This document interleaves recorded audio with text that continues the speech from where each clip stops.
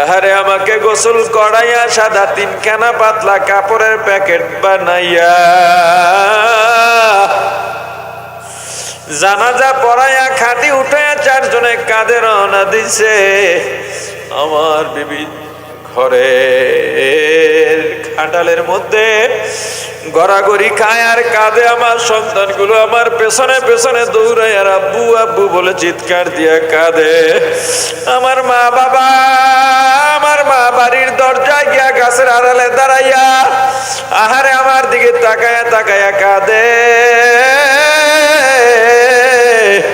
ওই কবরের পাশে নিয়ে কোমরে গামছা লাগাইয়া দুইজন লাফ দিয়া কবরের মধ্যে নেমে গেছে।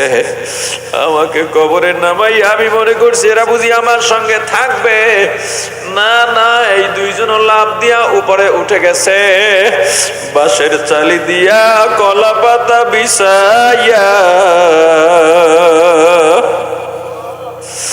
সবাই হাতের মধ্যে মাটি নিয়ে মিনহা খালাকনাকুম ওয়া ফিহা নুঈদুকুম ওয়া মিনহা নুখরিজুকুম তারাতান উখরা। আহারে আমার বন্ধু বান্ধব তো চলে যায়, মনে করছি এরা বুঝি আমার কাছে থাকবে।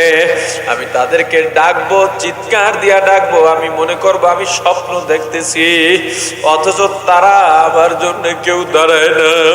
আমার শ্বশুরও তো চলে যাইতেছে, আমার বাপ আমার তো কোনোদিন ছাইরা যাবে না, না সেও তো চলে যাইতেছে, আমার ভাই সেও তো আমাকে ছাইরা চলে যায়। আমার সন্তানগুলো কবরের উপরে গড়াগড়ি খায় আর আব্বু আব্বু বলে কাঁদে। মনে করছি আমার ছেলে মেয়েরা বুঝি আমার সঙ্গে থাকবে। না না না, ওরাও তো দেখি চলে যায়। আরে চারিদিকে মাটির গন্ধ। আরে আমার চক্ষু খুলে যাবে, কি ব্যাপার, আমার খাট কই, আমার পালং কই, আমার বালিশ কই, আমার জাজিম কই, আমার তোষক কই, আমার কুল বালিশ কই। চারিদিকে মাটির গন্ধ আর গন্ধ, তখনই কেবল বুঝবো আমি মারা গেছি।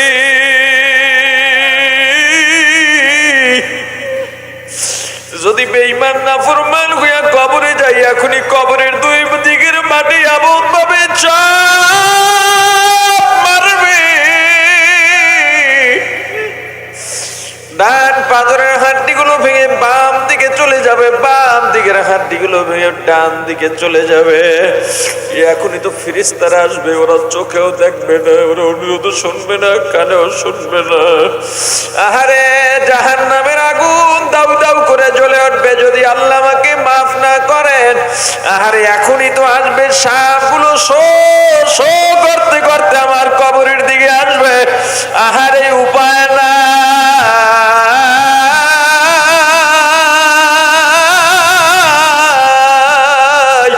ওরে যুবক হে জওয়ান আল্লাহর গোলাম পর্দালের মাগো, যদি দেখো এতটুকু চিন্তা করার পর অন্তরটা নরম হয়ে যায়। ওরে যুবক, তোমার পায়ে ধরে বলি, তুমি তখন আর ঘুমায়ও না রে ভাই, একটু জাগো, একটু অজু বানাও। অজু বানাইয়া সবাই যখন ঘুমায় গেছে, নীরব নিস্তব্ধ যায় নামাজটা বিছাও, 2 রাকাত নামাজ শুরু করো। আল্লাহ তাআলার জিকির তাজিমের সাথে, আজমতের সাথে, আল্লাহর শান মান বজায় রেখে জিকির করেন, পরীক্ষা করেন।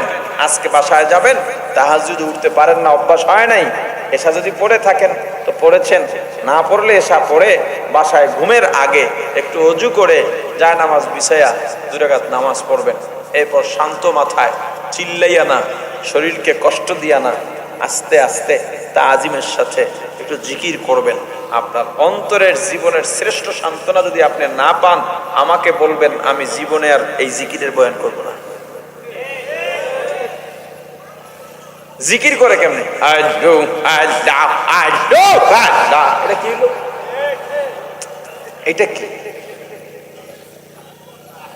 আল্লাহর নাম এমনি ডাকে নাকি? কথা বলে না। আল্লাহকে কেমনে ডাকবেন?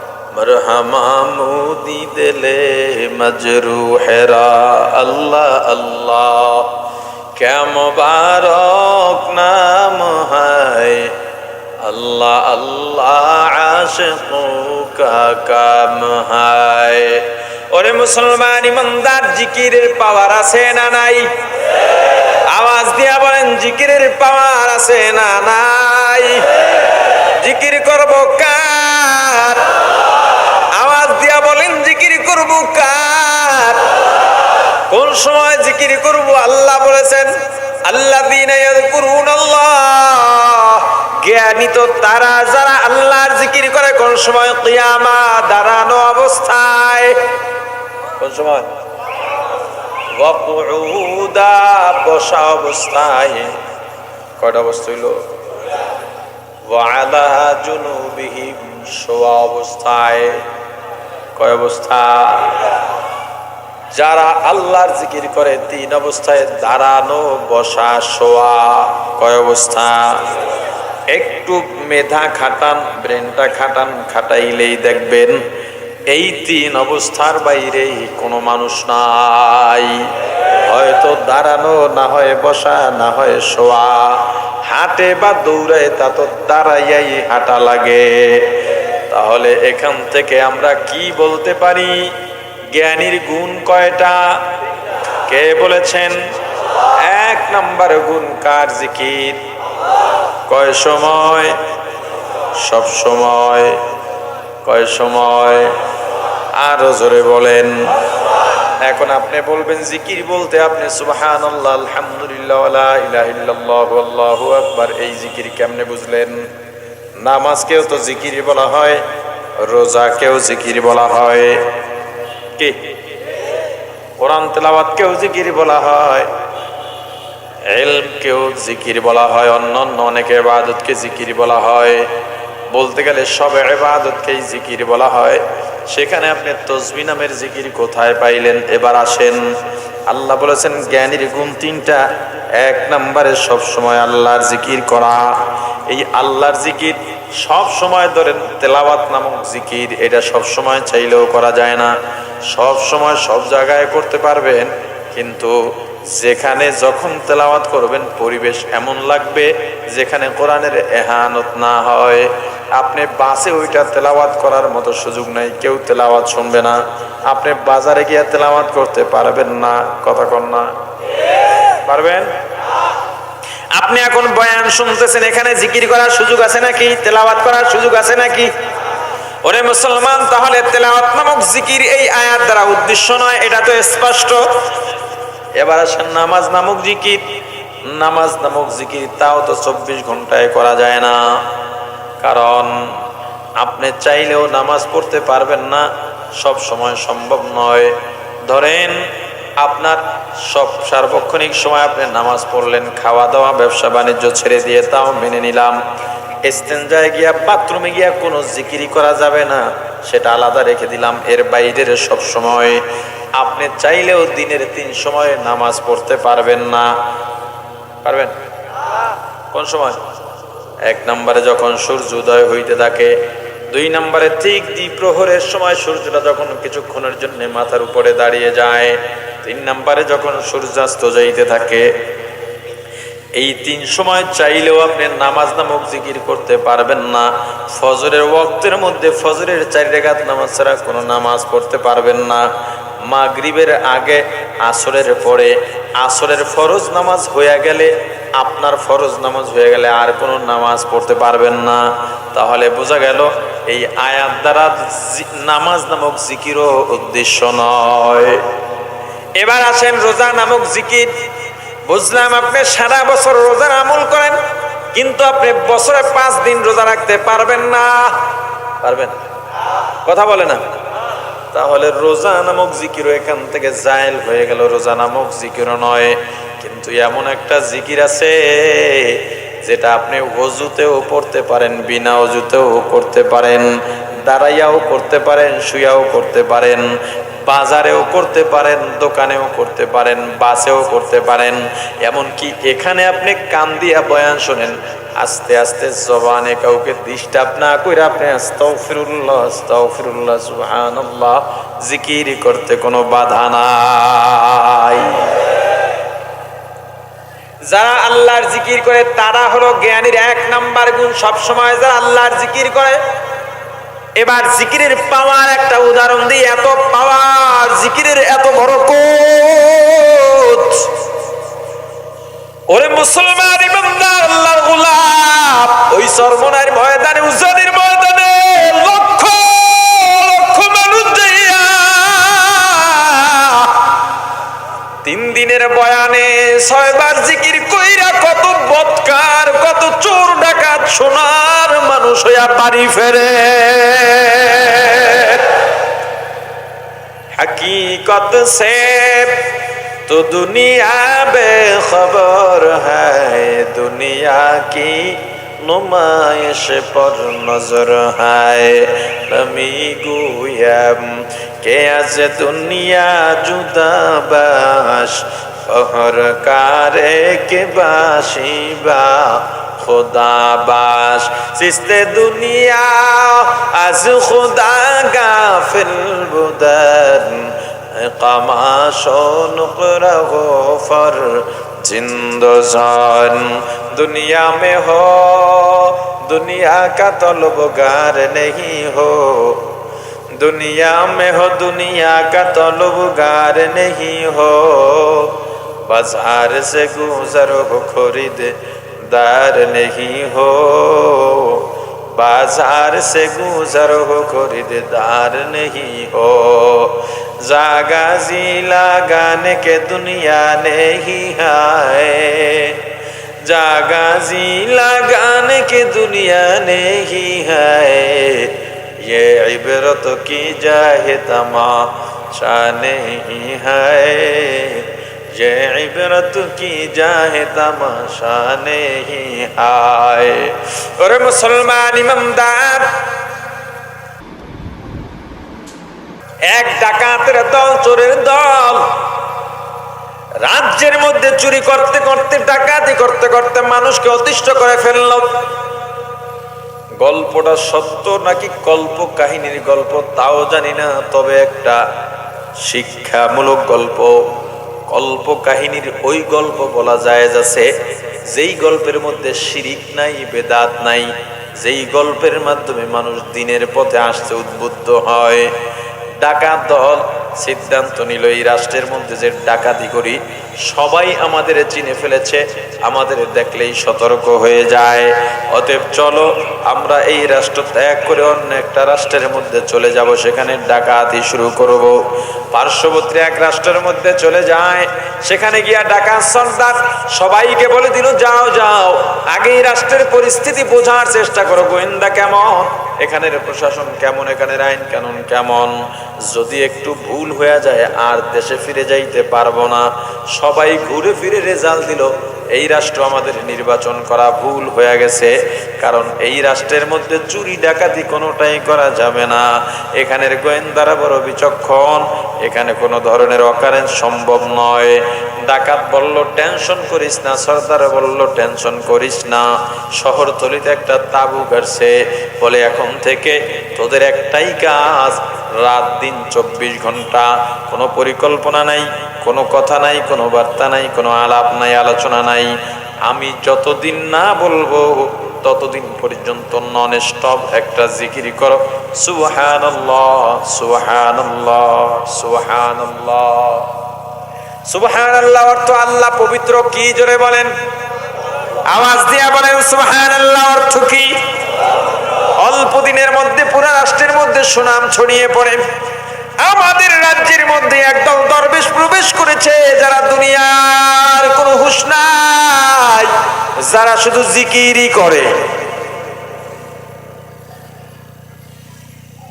বাদশা বিচক্ষণ মানুষ, রাত্রে গোপনে রিপোর্ট নেওয়ার জন্য সিআইডি পাঠায় দিলেন, যাও গিয়ে দেখো ওরা কোনো ছদ্মবেশী দল কিনা, গিয়া তোমরা খবর নাও দিনে জিকির করে রাত্রে কোনো পরিকল্পনা করে কিনা।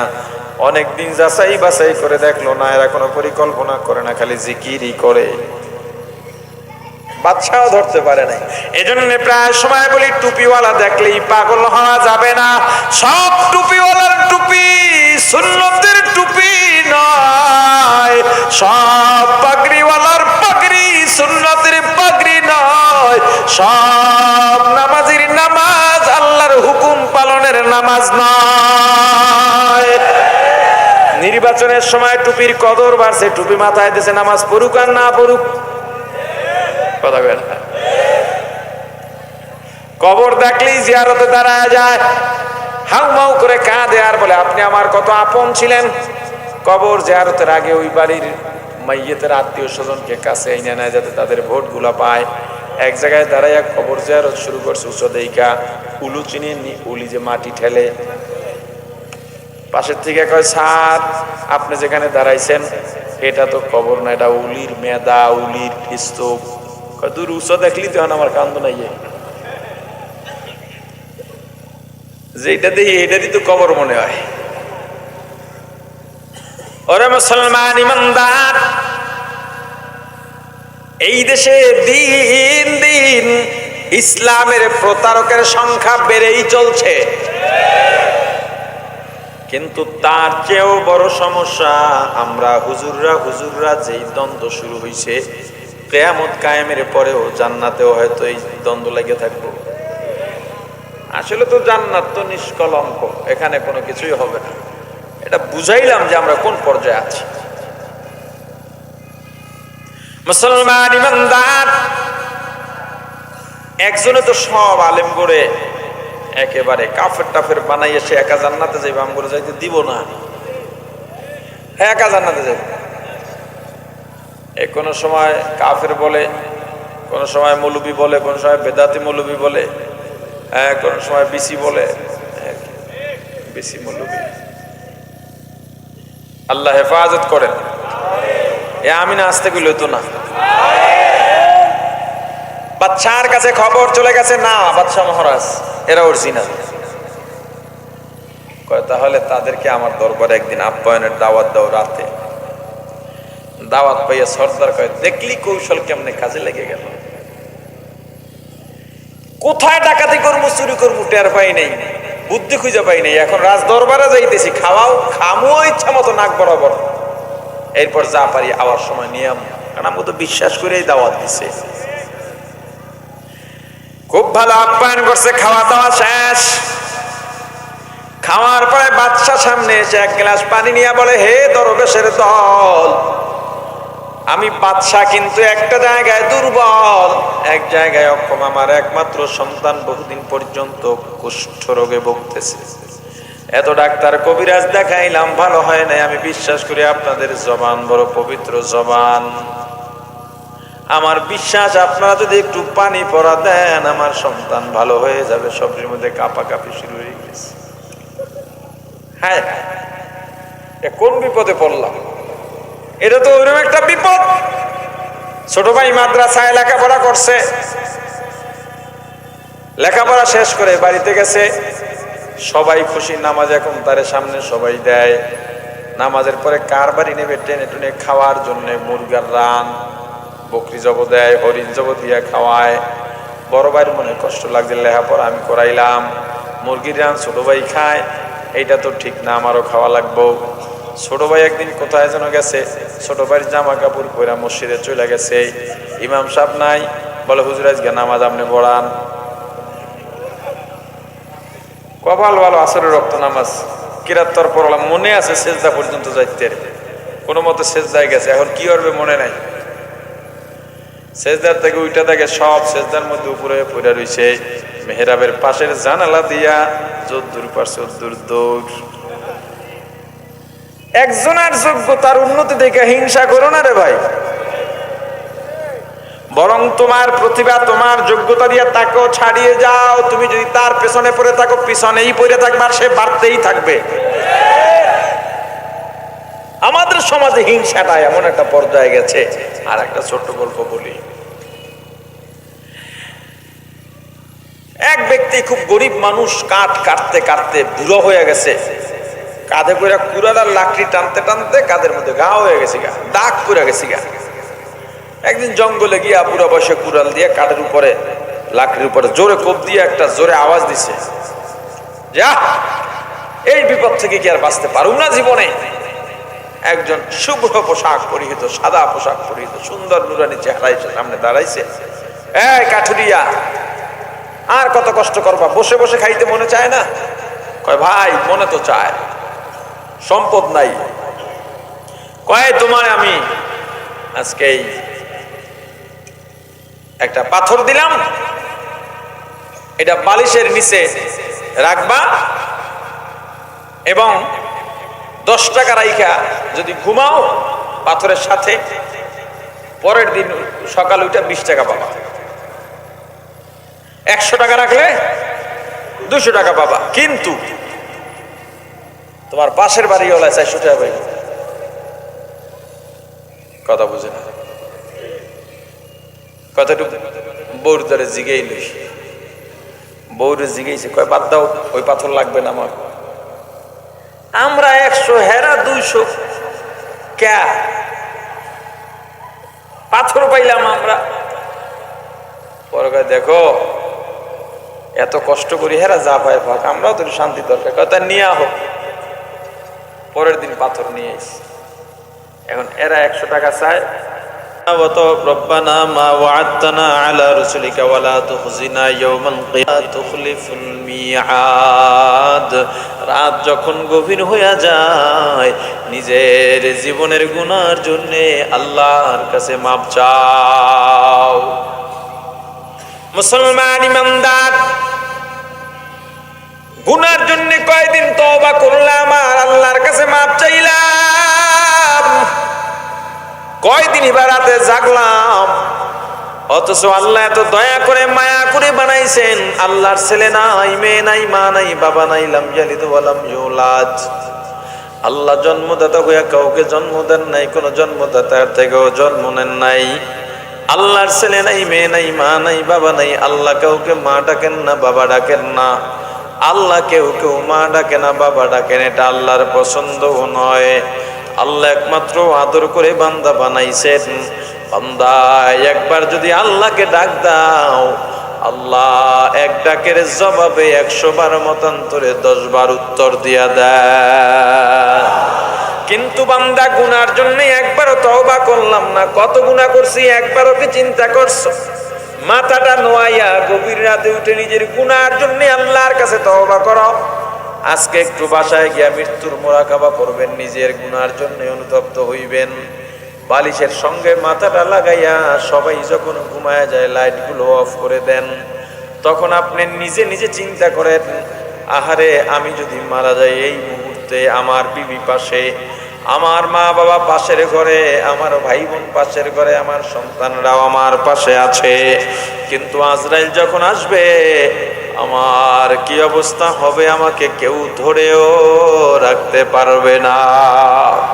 চক্ষু দুইটা বন্ধ করে মনটা দেখবেন কতটা নরম হয়। একবার অন্তত একবার মোরাকাবা করে দেখেন আমার জীবনের কত গুনাহ, জীবনের গুনাহগুলা মাথায় নিয়ে মোরাকাবা শুরু করেন। চক্ষু দুইটা বন্ধ করে মনে করবেন এখনই আজরাইল আসবে। আজরাইল জানি কেমন, একবারও কেন বোঝেন না? মরা তো লাগবে, একটু মাথায় ঢুকান তো, মরা তো লাগবেই, আসলেই তো মরে যাব। কোন সময় জানি আজরাইল এসে যাবে, ওই আজরাইলের চেহারা জানি কেমন হয়, ওই আজরাইল দেখতে কেমন তাও জানি না, ওই কবরটা কেমন তাও জানি না, আহার ওই কবরে কি আতরণ হবে তাও জানি না। চিন্তা করেন আজরাইল আসবে, আমার জানটা যদি নিয়ে যায়, আহারে আমার বিবিও দেখবে না, ভাই বোন দেখবে না, মা বাবাও দেখবে না, আমার সন্তানরাও দেখবে না। বিবি যদি উঠে দেখে আমার শরীর ঠান্ডা হয়ে গেছে, শক্ত হয়ে গেছে, আমি আর জবাব দিই না, ওই বিবি একটা চিৎকার দিয়া আমার ঘর থেকে বের হয়ে যাবে। আমার সন্তানগুলো কাঁদবে, আমার মা বাবাও কাঁদবে, কিন্তু একজনও বলবে না একটা শব্দ আমার স্বামীকে রেখে দাও। যেই বিবির সঙ্গে একই বিছানায় সারাটা জীবন কাটাইয়া দিলাম, আহারে ওই বিবিও বলবে তাড়াতাড়ি নামাও নামাও নামাও। যেই ছেলে মেয়ের জন্য মাথার ঘাম পায়ে ফালাইয়া গায়ের রক্ত পানি বানাইয়া কামাই করলাম, রাত নাই দিন নাই কত পরিশ্রম করলাম, বাজারে গিয়ে দেখি সবাই রসমালাই খায়, আমারও খাইতে মনে চায়, কিন্তু পকেটে হাত দিয়া দেখলাম যে কয় টাকা আছে, রসমালাই খাইলে ছেলের পরীক্ষার ফি দিতে পারবো না। রসমালাই না খাইয়া ফি দিয়া দিলাম, ঈদের সময় নিজে পুরান জামা কাপড় পরে সন্তানরে নতুন জামা কাপড় দিলাম। ওই সন্তানও কাঁদবে ঠিক, কিন্তু একবারও বলবে না আমার বাবাকে 2টা দিন দুনিয়ার মধ্যে রেখে যাও। যেই মা বাবা না খাই আমারে খাওয়াইলেন, ওই মা বাবাও কান্নাকাটি করবে, কিন্তু তবুও একবারও বলবে না আমার সন্তানকে 5টা দিন রেখে যাও। আহারে আমি তো মরে গেলাম। সবাই কান্নাকাটি করে ঠিক, জানে জিগর দোস্ত কত আছে, ব্যবসায়িক পার্টনার আছে, বন্ধু বান্ধব আছে। আহারে আমি বিপদে পড়লে পাগলের মতো ঝাঁপায় পড়তো, কিন্তু আজকে আমি দুনিয়ার থেকে চলে গেলাম। সবাই কান্নাকাটি করে ঠিক, কিন্তু একদল গরম পানি বসায় দিছে আমাকে দ্রুত বিদায় দেওয়ার জন্যে। একদল মশারি টানাইছে, একদল কাপড় আনতে গেছে দোকানে, একদল মসজিদে খাটিয়ে আনার জন্য গেল, একদল বাঁশ কাটতেছে আর একদল কবর খনন করতেছে।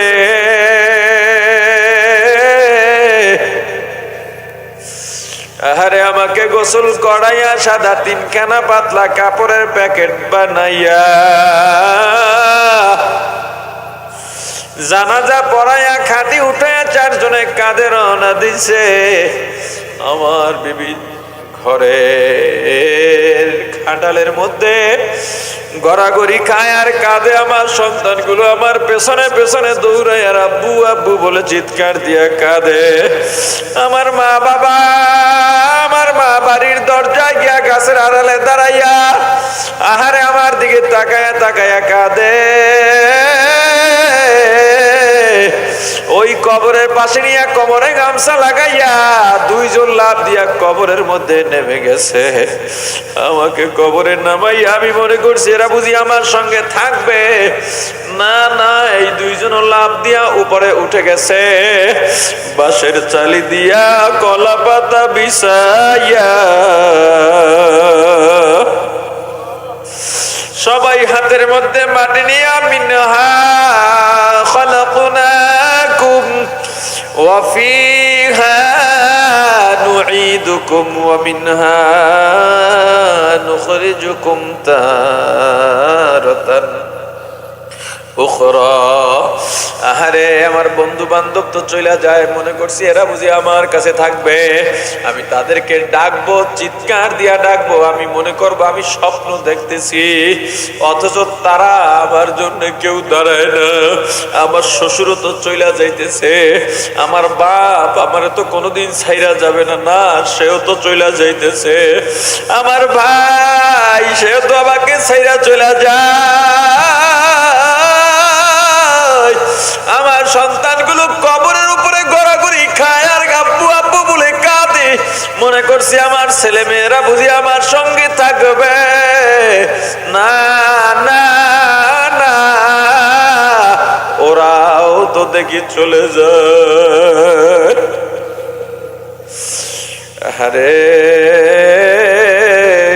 চারিদিকে মাটির গন্ধ, আরে আমার চক্ষু খুলে যাবে, কি ব্যাপার, আমার খাট কই, আমার পালং কই, আমার বালিশ কই, আমার জাজিম কই, আমার তোষক কই, আমার কুল বালিশ কই। চারিদিকে মাটির গন্ধ আর গন্ধ, তখনই কেবল বুঝবো আমি মারা গেছি।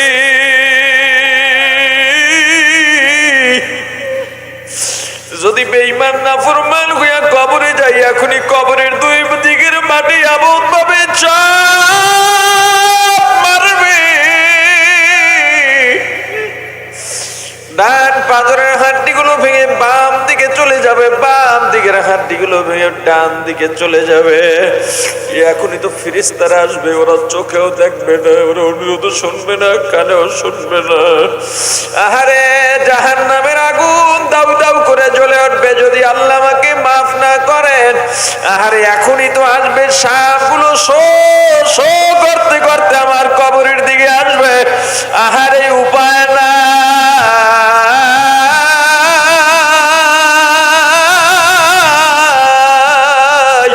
ওরে যুবক হে জওয়ান আল্লাহর গোলাম পর্দালের মাগো, যদি দেখো এতটুকু চিন্তা করার পর অন্তরটা নরম হয়ে যায়। ওরে যুবক, তোমার পায়ে ধরে বলি, তুমি তখন আর ঘুমায়ও না রে ভাই, একটু জাগো, একটু অজু বানাও। অজু বানাইয়া সবাই যখন ঘুমায় গেছে, নীরব নিস্তব্ধ যায় নামাজটা বিছাও, 2 রাকাত নামাজ শুরু করো,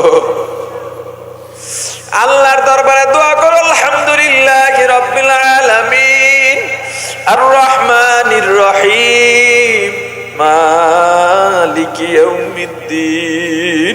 2 রাকাত নামাজ আদায় করো, নামাজের সালাম ফিরে একটু তেলাওয়াত করো। তেলাওয়াতে এত মজা, তেলাওয়াতে এত মজা, অন্তরটা ঠান্ডা হয়ে যায়। তাজিমের সঙ্গে তেলাওয়াত করো, আজমাতু শানের সঙ্গে একটু জিকির করো, কারো যেন ঘুমে ডিস্টার্ব না হয়। এরপরে গুনার 2টা হাত আমার আল্লাহর দিকে বাড়াইয়া দাও। বান্দারে তুমি জানো না, আমার আল্লাহ তোমার অপেক্ষায় প্রথম আসমানে এসে আগের থেকেই বসে আছে আর ডাকেন, ওরে বান্দা তোর কি লাগবে আমি আল্লাহর কাছে বল,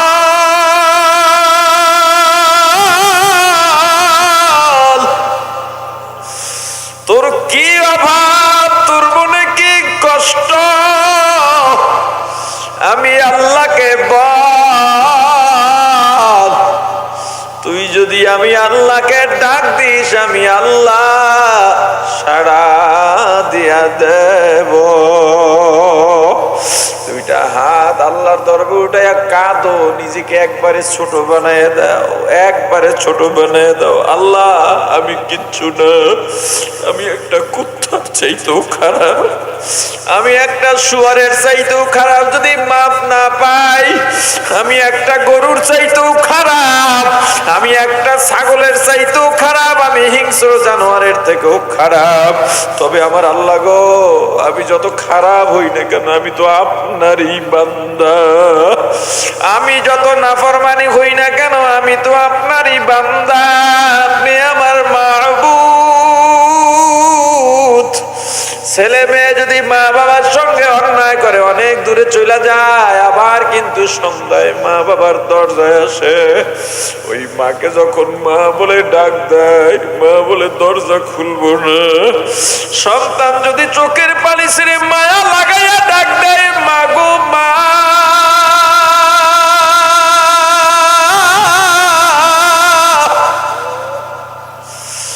ও মা গো তুমি ছাড়া আমার আর কেউ নাই, ওই মার দরজা খুলতে পারে না। ও গো আমার আল্লাহ, আমি যত গুনাহ করি না কেন, আপনি আমার আল্লাহ, আমি আপনার গোলাম। আদর কইরা বান্দা বানাইয়া আমাকে মাফ না করে আপনার লাভ নাই। ওগো আল্লাহ, আপনার গুনাহগার আপনার দরবারে হাজির হয়ে গেছে, আপনার নাফরমান বান্দা আপনার দরবারে হাজির হয়ে গেছে। নিজেকে একেবারে মাটি বানাইয়া দাও, নিজেকে একেবারে ছোট বানাইয়া দাও। আসলেই তো ভাবো আমি আসলে কিচ্ছু না, আমি আসলেই কিচ্ছু না। আমি টাকার মালিক, আমি বড় শিক্ষিত, আমি বড় আলেম, আমি বড় টাকাওয়ালা, আমি বড় ক্ষমতাওয়ালা, কিন্তু যায় না মাঝে বসো, নিজের গুনার কথা মনে কর, দেখবা তোমার চাইতে নিজের কাছে এমন লাগবে আমার চাইতে বড় খারাপ আর কেউ নাই। যদি একবার নিজের নিয়ে চিন্তা করতাম, অন্যের সমালোচনা করার সাহস পাইতাম না। নিজের গুনাহ নিয়ে যদি চিন্তা করতাম, অন্যকে খারাপ বলার সময় সুযোগ পাইতাম না। ওরে ভাই, হে আসলে আর ভাই গো, আমি হাতে পায়ে ধরে বলে যাই, কোন দিন কতদিন বাঁচবো জানি না, কোন দিন যেন দুনিয়া ছেড়ে চলে যাই, তুমিও জানো না, আমিও জানি না। শুধু আমার আল্লাহকে চেনো, আল্লাহকে চেনো, আল্লাহকে চেনো। আবার বলি, একটা কুকুর মালিককে চেনে, ওই কুকুরটা সারা রাত বাড়ি পাহারা দেয়, কি পায়া হাড্ডি জুটা। পৃথিবীতে সব থেকে বেশি ক্ষুধার্ত থাকে কুকুর। এই কুকুরটাকে কোনো খাবার দিলাম না, পোরমা পোলাও দিলাম না, গোস্ত মাছ দিলাম না, কাটা জুটা পাইয়াই কত কৃতজ্ঞ। যখন ফজরের পর মালিক ঘর থেকে বের হয়, দেখবেন কুকুরটা দৌড়াইয়া গিয়া কুনকুন করে আওয়াজ করে আর নিজের মুখটা মালিকের পায়ের কাছে ঘষ।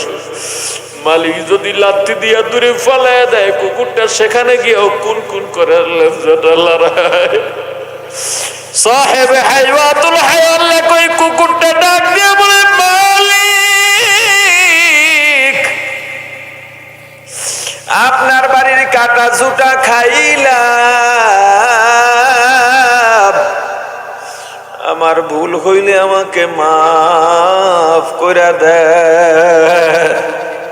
এ যারা গরু পালে তারা দেখছেন গরুটা বাজারে নিয়ে গেছেন বিক্রি করার জন্য, বিক্রি করতে পারেন না, এই গরুর গলার মধ্যে রশি পেঁচাইয়া ছাইরা দেন, আপনার আগে আপনার বাড়ি গিয়া গরুটা পয়সা যায়। আরে গত কোরবানির বাজারেও আপনারা দেখেছেন, এই 2 বছর আগেও দেখা গেছে বড় সাইজের একটা ছাগল বিক্রি করছে। যেই লোক ছাগল ক্রয় করছে, ছাগল টানে, ছাগল মালিকের সাথে যায় না। এ পশু প্রাণীর কান্নার কোন অনুভূতি নাই, হাসার কোন অনুভূতি নাই। এরপর আল্লাহ মানুষকে দেখায় দিছেন, ওই ছাগলটা যাইতেছে না, ছাগলের 2 চক্ষু দিয়া টপ টপ করে পানি পড়তেছে, আর ছাগলটা পুরান মালিকের দিকে তাকাইয়া শুধু ডাকতেছে আর ডাকতেছে। নতুন মালিক বলে, ওরে ভাই, আমার টাকা ফেরত দেন, আপনার ছাগল নিয়ে যান, এই ছাগল আমার নেওয়া সম্ভব না। পুরান মালিক ছাগলের সামনে হাঁটু করে বসে ওই ছাগলকে ডাক দেয়া বলছে, ওরে ছাগল, কি যেন নাম রেখেছিল, ওই নাম ধরে ডাক দিছে, ওরে ছাগল, তুই যদি না যাস আমার বড় লোকসান হয়ে যাবে। ওই ছাগলটা কি বুঝছে আল্লাহই ভালো জানে। পুরান মালিক বলছে, এখন আর আমি তোর মালিক না, আমার কথা যেভাবে মানতি এর কথা ওইভাবে মানবি, এ তোর মালিক। ছাগলটা পিছনের 2 পায়ের উপরে দাঁড়াইয়া সামনের 2 পা ওই পুরান মালিকের কাঁধের উপরে রাইখা ছাগল পুরান মালিকের কপালে একটা চুমা দিয়া নতুন মালিকের সঙ্গে হাঁটা শুরু করছে। আহারে, গত কয়েকদিন আগে আমার খামারের একটা গরু বিক্রি করেছি, ওরা 4-5 জনের ধরে নিয়ে একেবারে ট্রাকের কাছে, ফার্ম থেকে ট্রাক দূরে ওখানে নিয়ে গেছে। রশিটা ছিঁড়ে একবারে দৌড় দিয়া বুড়া গরু আইসা ওর জায়গায় আবার দাঁড়ায় রইছে। আমি গিয়ে আবার টানলাম, আয়না আবার ছুটে আইসা দাঁড়ায় রইছে। তখন আমি ওদেরকে বললাম, দেখ একটা গরু কেমন মালিককে চিনছে। আল্লাহ আশরাফুল মাখলুকাত বানাইলো, মাখলুকাত আমরা এখনো আল্লাহকে চিনিলাম না। এ যারা রাজনীতি করো, এই রাজনীতি নিয়ে মারামারি বাদ দে ভাই, তোর হাতে পায়ে ধরে বলি বাদ দে। হে আওয়ামী লীগ, বিএনপি, যুবদল, যুবলীগ, ছাত্রদল, ছাত্রলীগ, বাইরে কোন দিন মারা যাবো জানি না, তুমিও কোন দিন মারা যাইবা তুমিও জানো না। আমার আল্লাহকে চেনো, আল্লাহকে চেনো। জীবনে অন্যায় কম করি নাই, এখনো কি অন্যায় করব? আজরাইল যদি দাঁড়াইয়া যায় আর উপায় হবে না। আল্লাহ আমাদের মাফ করে দেন, আল্লাহ আমাদের কবুল করেন, বলেন আমিন। আল্লাহ আমাদের মাফ করেন, বলেন আমিন। আল্লাহকে চেনার তৌফিক দান করেন, বলেন আমিন। যতটুকু আলোচনা করেছি, আলোচনায় যত